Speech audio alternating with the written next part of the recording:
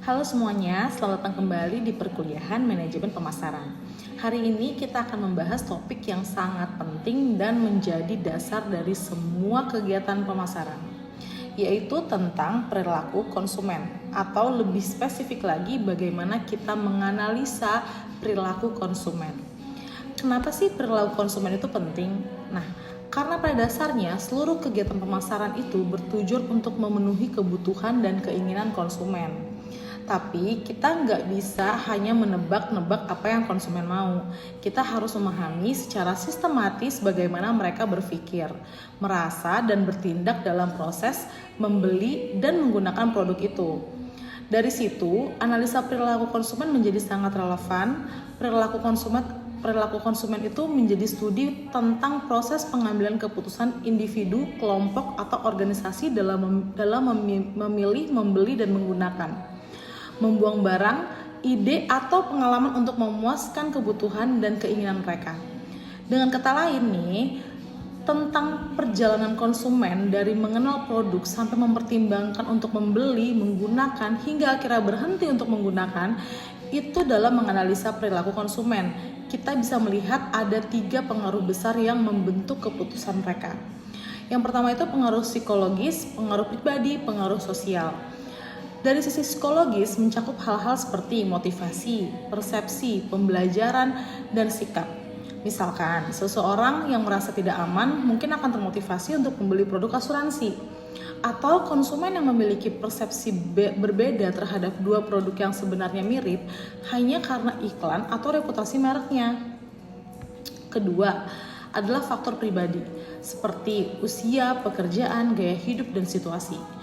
Seorang mahasiswa akan memilih perilaku konsumen yang berbeda dibandingkan dengan seorang ibu rumah tangga atau eksekutif muda. Perbedaan ini harus diperhitungkan dalam menyusun strategi pemasaran. Lalu yang ketiga, faktor sosial yang mencakup kelompok referensi, keluarga, dan budaya.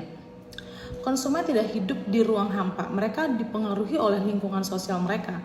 Misal, keputusan seseorang untuk membeli mobil bisa dipengaruhi oleh tren, komunitas, atau nasihat dari anggota keluarga. Selain itu, dalam perilaku konsumen juga dikenal sebagai konsep pengambilan keputusan pembelian. Biasanya proses ini terdiri dari 5 tahap. Yang pertama, pengenalan masalah, di mana konsumen menyadari adanya kebutuhan. Yang kedua, pencarian informasi, baik melalui pengalaman pribadi, rekomendasi orang lain, maupun sumber online. Yang ketiga, evaluasi alternatif. Ini di mana konsumen membandingkan beberapa pilihan dengan yang lain. Yang keempat, keputusan pembelian, yaitu saat keputusan akhirnya dibuat. Dan yang kelima, perilaku pasca membeli, kepuasan atau ketidakpuasan yang akan mempengaruhi pembelian selanjutnya atau merekomendasikan kepada orang lain. Dalam era digital seperti ini, sekarang perilaku konsumen itu makin dinamis. Banyak keputusan pembelian yang dipengaruhi oleh ulasan online, media sosial, dan pengalaman digital lainnya. Bahkan sebelum membeli, konsumen tuh sering banget udah melalui 70% dari proses pencarian informasi secara mandiri. Ini sebabnya mengapa perusahaan harus hadir di titik digital yang relevan, mulai dari Google, Marketplace, hingga media sosial. Sebagai pemasar, kita tidak hanya perlu tahu siapa konsumen kita, tapi tahu juga bagaimana mereka mengambil keputusan, apa yang memotivasi mereka, siapa yang mempengaruhi mereka, dan seperti apa pengalaman mereka terhadap suatu produk.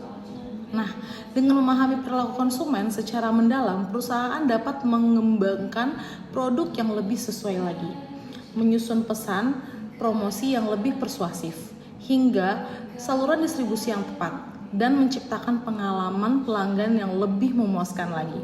Sekian pembahasan kita pada hari ini. Jangan lupa teman-teman untuk aktif berdiskusi. Terima kasih, semangat belajar!